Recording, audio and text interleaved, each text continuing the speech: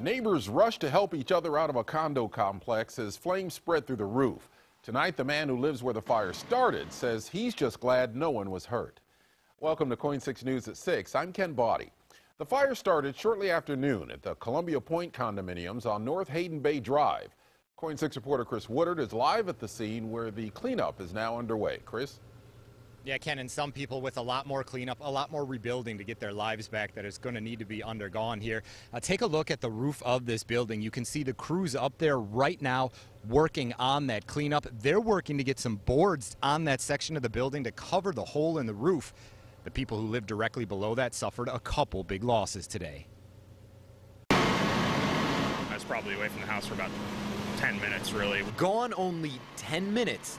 This is what Andrew O'Keefe came home to. Saw some flames coming from my upstairs porch. Firefighters cutting, spraying and chopping, fighting to keep other units in this building standing. I looked up at the roof of the building and saw flames coming out of the roof. Moments earlier, it was the quick and fearless action of neighbors keeping each other safe. I was doing other things at the time. Martha Simpson had no idea the building was on fire. I just saw smoke coming and people were banging on the door. Until her neighbors warned her. The very first thing they did was went up to other units and knocked on other doors to make sure that everybody was out, including some of the elderly residents. I was packing for a trip, so when they came to me, I just picked up my suitcase and went.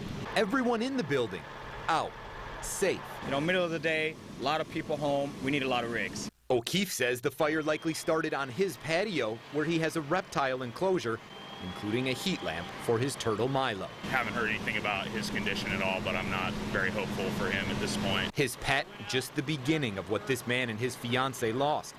Only a few short weeks from their wedding. The first step is probably going to be to try to replace her wedding dress that was inside in the upstairs bedroom and move on with the wedding, move on with just trying to rebuild, and I'm just glad nobody was hurt, and hopefully we can work on moving forward from this point. And firefighters say one big challenge here was just how quickly those flames were spreading through the attic. The good news is that most of the fire damage is contained to just this end of the building. There were sprinkler systems in the building that helped stop the spread of that fire. Though the other side of that, the bad news is those sprinklers likely cause some water damage for neighboring residents. Live on Hayden Island, I'm Chris Woodard for KOIN 6 News.